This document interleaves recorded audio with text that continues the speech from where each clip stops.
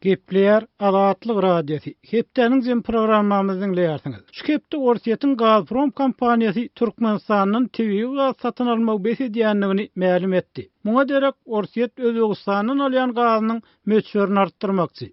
Belli bolşýal geçen ýylyň dowamynda Türkmenistan bilen Orsiýetiň arasynda gaz tölegleri barada oňşuksuzlyk döräpdi we hatda Gazpromyň Aşgabatda alan gaz üçin töleg etmeýänligi barada hem habarlar çykypdy. Bu temadan kärdeşim gölerim taýýarlan maglumatyndan bir bölegi bilelikde kulak asalyň.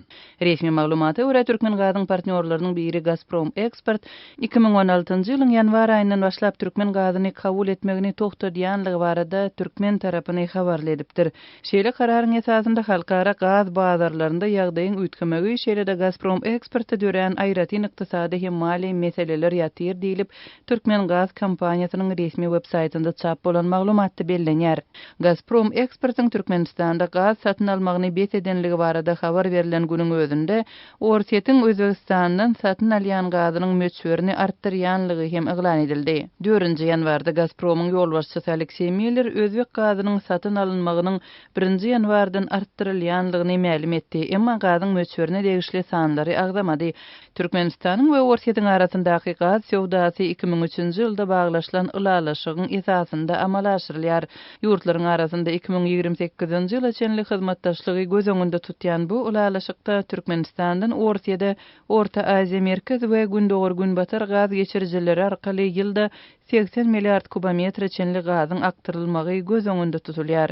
Emma Türkmenistanyň we Orsiýetiň arasyndaky bu ulalaşyk 2003-nji ýylda baglaşylaly bäri Gazpromyň Türkmen gazdan satyn alýan gazynyň möçberi ýyl-ýyldan azalyp 42 milliard kubometrden ýylda 4 milliardy ýetdi.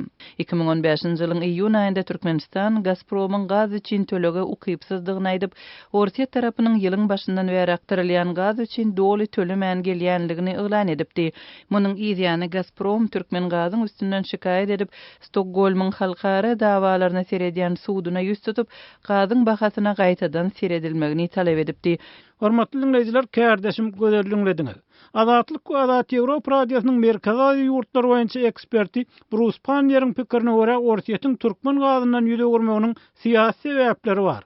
Şol wagtda bu ýagdaýyň Türkmen ykdysadyýatyna, hususan ýurda gelýän girdejä belli bir täsir ýetirmegine garaşylýar. Emma Türkmenistan halkyň ýaşaýyş durmuş derejesiniň peşeldilmän saklanmagy üçin ýeterlik çärelerin görülendigini aýdýar. Şonuň bilen bir wagtda Türkmenistan adatça bolşýaly ýylyň başyndan aýlyklary 10% köpeldýändigini eglan etdi. Emma muňa garamazdan sosial mediada geçen ýylyň dowamynda Türkmenistanyň esasy az gönümleriniň bahalarynyň en çemesse gymmatlandygy aýdylýar. Biz bu ýagdaý barada Aşgabatly ýazgy Amanmurat Bugaýew bilen söhbetdeş bolduk. Endi şol söhbetdeşlikden hem bir bölegi bilelikde kulak asalyň.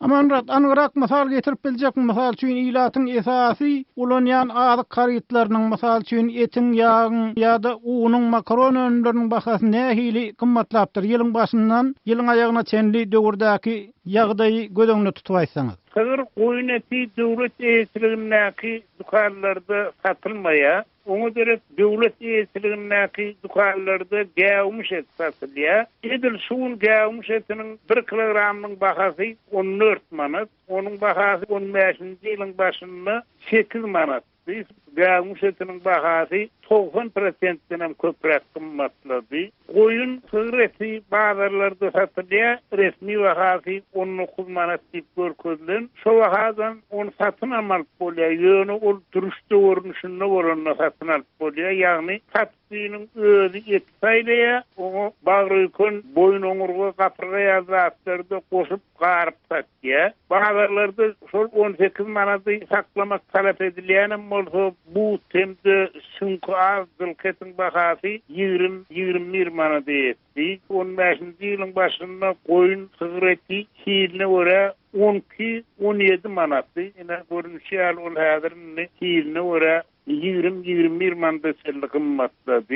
Amanda Türkmen hocalıklarına esasy un önümlerinin çörögün köpüylýändigi aýdylýar. Hem unyň makaron önümlerinin ýagdaýy nähili? Edilsun Türkmenistan özünü önürleyen 1 kilogram unun bahası 90 tengeden 1 manattan varat. Akavri yerde olsa onun bahası 1 manat 50 tengeden varat. Bazarlarda bu baha geçen yıl häzirkinden bolmanyny 15-20% arzanny. Yine de bellemezler Türkmenistan'ı devlet tesirliğinden tukarlarda da, bazarlarda da Rusya Federasyası'na Kazakistan'ı önlerilen unlar satılıyor. 1 kilogram unun bahası edilşun devlet tukarlarına 2 manat 50 tenge 3 manat aralığında. Bazarlarda biner 2 manat 30 tenge 2 manat 80 tenge aralığında. Unun bahası devlet tukarlarına hem de bazarlarda 2015 yılın başında häzirkinden 20-25% arzanlı ya da yumurta devlet tukarlarına edilşun 30 tengeden bazarlarda 40 tengeden satılıyor bir yumurta. Geçen yıl devlet tukarlarına yumurta 30 tengedi, bazarlarda 30-35 tenge aralığındadı. Yine bir yerde de yumurtanın bahası ortası 15-25% aralığında yukarıgaldı yani ummatladı. Gepleyer Adatlyk radiosi. Hepdeniň jem programmamyzy dowam etdirýär. Türkmenistanyň alternativ täzelikler guramasynyň we Adatlyk radiosynyň habarçysy Sapar Mehmet Nepesguliýew ýanyna neşeli terişdeler saklamakda guman edilip 2015-nji ýylyň tomsuny tutsak edilip 3 ýyl türme tutsaklygyna höküm edildi. Birleşen Milletler Guramasynyň edenetlikli tutsak etmeler boýunça işi topary Nepesguliýewiň saklanmagy hemde tutsak edilmegi edenetlikli, ýagny bir kanun diýen netije geldi diýip Türkmenistanyň alternativ täzelikler guramasy habar berýär.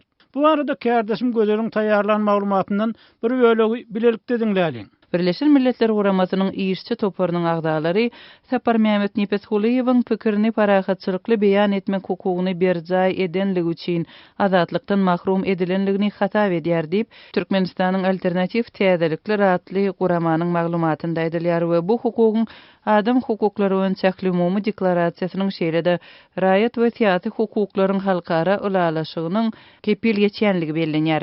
Birleşen Milletler Guramasynyň edenetlikli tutha-tutluklar we işçi toparynyň karary 74-nji maslahatynda 2 dekabrda Türkmenistanyň alternativ täzelikler guramasynyň şikaýatynyň esasynda kabul edilipdir. Türkmenistan barada maglumat berýän bu guramanyň ýolbaşçysy Ruslan Matiýew işçi toparynyň kararynyň öz guramasyna berilenligini we onuň resmi taýdan çap edilmegine indi garaşylýanlygyny belledi. Ruslan Matiýew bu kararyň Nepesguliýewiň hukuklaryny goramak üçin uly ähmiýetiniň bardygyny belledi. Означает, что areст и лишение свободы. Sapar Mehmet Nepesguliýewiň saklanmagynyň we tutup astyna alynmagynyň edenetlikli diýilip ikrar edilmegi Türkmenistanyň käbir halkara normalaryny berjay etmändigini tasdiklady. Şeýle-de kararyň iň wajyp tarapy Nepesguliýewiň edenetlikli tutup edilip, oňa garşy iş gozulmagynyň onuň jurnalist hökmünde alyp baran işleri bilen bagly diýip ikrar edilmegine degişlidir. İşçi toparyň bu karary onuň BMG-niň adam hukuklary boýunça komitetine berje katabatynda görkezilýär. Mundan beýlek BMG-niň maslahatlarynda Türkmenistanda adam hukuklary bilen bagly mesele gozulanda Nepesguliýewiň işi mydama gozgular. Этот кейс постоянно будет подниматься. Türkmenistanyň alternativ täzelikler guramasy Birleşen Milletler Guramasynyň edenetlikli tutha-tutluklar we işçi toparyny eden öz ýüzlenmesinde Nepesguliýewiň tutsak edileli bäri daşky dünýäden üzüňlükde saklanýanlygy we öz ykbaly barada habar bermek, aklawçy bilen duşmak mümkinçiliklerinden mahrum edilýänligi, şeýle oňa garşy gynamalaryň ulanýan bolmagy barada howatyrlanmalary öňe sürüp, suwdyň açyk bolmanlygyna türkmen häkimetleriniň jurnalistiň maşgalatyna basyş edýänligine ünsi çekenligini aýdýar. Hormatly dinleýijiler, kärdeşim gözelliňlediňiz.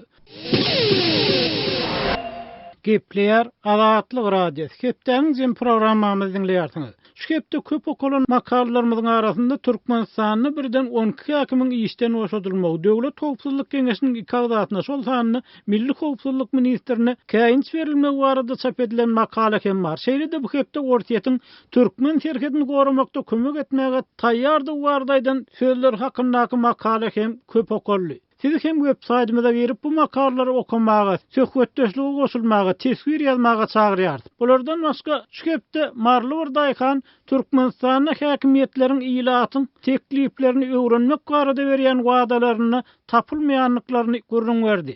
Mar vilayatynyň Serkedabad etrabynyň Yeňiş daýhan ürleşiginden özüni Agazyma diýip tanadan daýhan Azatlyk radiosyna öz ýaşaýan ýerine keňeşlige tekliplerini berenligini aýtdy. Ýöne Agazymanyň Azatlyk radiosynyň dinleýijilerine ýetirmek isleýän hakykaty ilatyň teklipleriniň dinlenýänligini, hem dinlenmeýänligini görkezýän emen diýär. Kärdeşim Tehranyň Agazyma bilen geçiren söhbetdeşliginden hem bir bölegi bilelikde dinläliň. Siz geňeşlige teklip beren bolsaňyz, şol teklipleriňizi kabul edip aldylarmy? Geňeşlikdäki aldy men eltip beren diýdi raýon etrapda eltip bermeliler, eltip beren men soň ýerini bilemok diýdi olam. Olam ýaman köp zat ýazypsyň diýdi gara halamady. Ýöne men onu gelendiremez pikir edemok. Sebäbi onu ýazatlar muzama men arda ýazyp bersem, ýygyna gaýtarýarlar, kabul edip alanoklar, olar ýaly dogry zatlar ýazyp berseň. Geçen ýylyň awgust aýynda üýtgetmeleri girdmeliyip sizden teklip alan olsalar, şondan soň şolar bilen özüňiz tanyş boldyňyzmy? Entek şo mesele gidip oturýar bir 16-njy ýyldan şikaýat gelýär şo täze konstitusiýa meňe eşim boýunça entek iş alyp barýar şo täze konstitusiýa kabul etjekler. Türkmenistanda köp partiýalyk we Türkmenistanda raýat hukuklary goralýar, Türkmenistanda kanunlar goralýar, kanunlar hemmelerden beýik tutulýar, şolar ýaly zatlar ýazyp olar ýaly teklip ýazar ýaly. Mene göremok olar ýaly kanun bizde ýanky tepkilenýän ýerlerine görýäs bize. Äsgerilmeýän ýerlerini görýäs, kanuny hormat goýup, ol kanuny işleýän ýerni mene göremok. Şu konstitusiýany kämil edip kabul edilýär, konstitusiýada da bar gowdatlar. Onu özün demokratik ýurtlaryň konstitusiýasyndan göçürilip alanyny meňzeş görýän.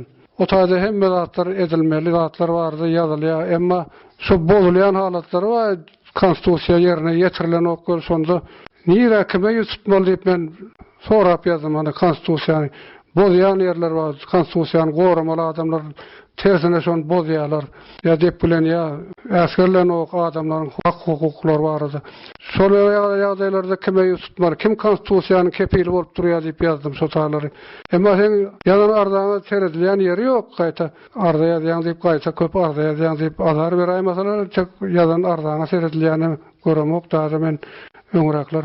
Türkmenistanyň prezidentine de arda ýazyp gördüm, şolar ýaly konstitusiýany hukuklaryň bozulýanlygy bardy.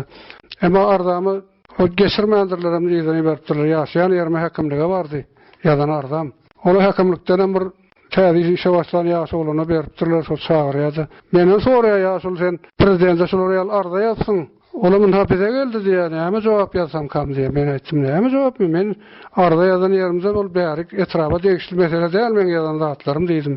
Ol Aşgabatdyň mesele çözülmeli mesele, şo taýda bolan wakalar ýagdaýlar. Onda men bir zat jogap ýazmaly, näme deýin diye olam. Ay şolar ýaly hat geldi, ardaşyny çağırdyk, gepleşdik diýip ýazaýmasaň diýdim başga.